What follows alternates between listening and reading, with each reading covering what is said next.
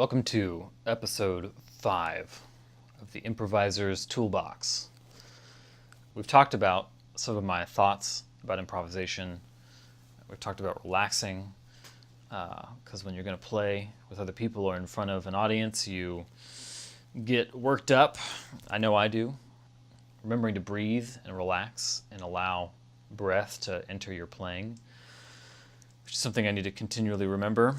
And we talked about using different motifs to try to create themes and a sense of spontaneous composition in your playing and improvising. And the real point is to keep those things in mind as tools in your back pocket or paints in your palette, but not to be overly conscious of them. Practice those things. Practice rhythmic ideas. Practice melodic and harmonic ideas. Practice dynamic and articulation and approaches to notes, so that these things come out of you with less effort when you're just in the middle of improvising. Because you don't want it to sound like you're thinking too much. That's a trap, I think. We got to combine all these things. And we also need to create contrast in the music, because that's what makes it feel like a piece of music is unfolding. As you establish a theme or a motif using some of these tools, you vary it over time. You can vary things slowly, or you can suddenly change one of the parameters. Maybe you change the kind of harmonic world that you're working in, or you change how you're approaching the instrument or another rhythm to create a sense of movement. I think what I will try to do now is do some playing and try to incorporate all of these things with patience and without trying to really overload the music I'm playing with ideas, but see if I can incorporate all of these things into an improvisation and then try to break it down afterwards, after I've discovered exactly what it is that I'm doing. Let's see what happens. Remember to breathe.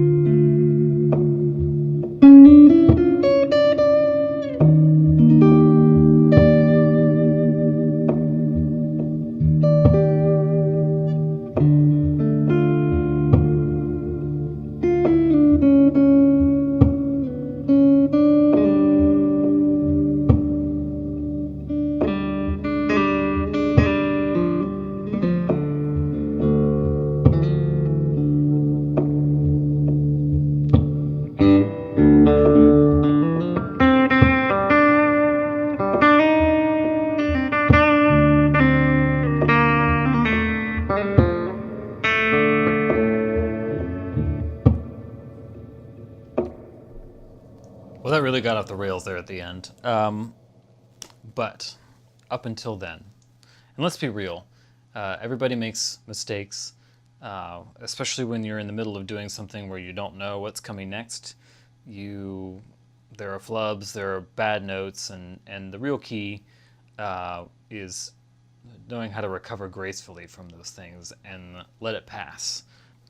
There is a Buddhist saying, I think it's Buddhist saying, I'm just kind of talking crazy right now, but the saying is, who knows if it's good or bad? Meaning, something happens, nobody knows if the outcome of it is going to be good, if it's going to be bad, and I think you can take the same approach to music, kind of putting away judgment and not attaching so much value to what you're doing so that you can express more freely and not be thrown off by the last thing that you did or didn't do right.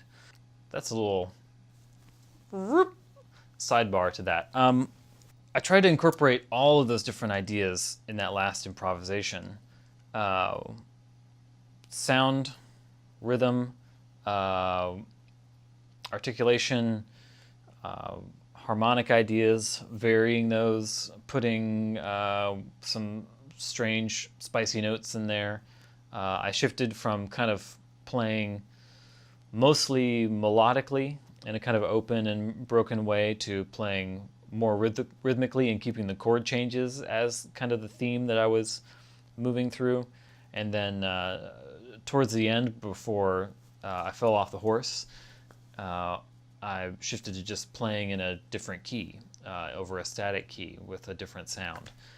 All of that was built on the building blocks of these different motifs and ideas, and then creating interest over time by elaborating on ideas, varying them, and then also using contrast, playing a couple of notes quickly, close together, something like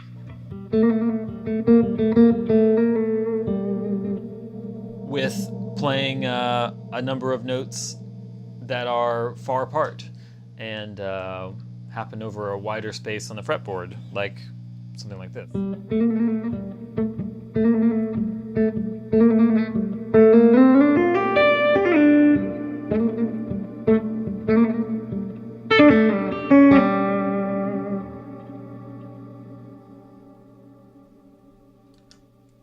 Endless reverb.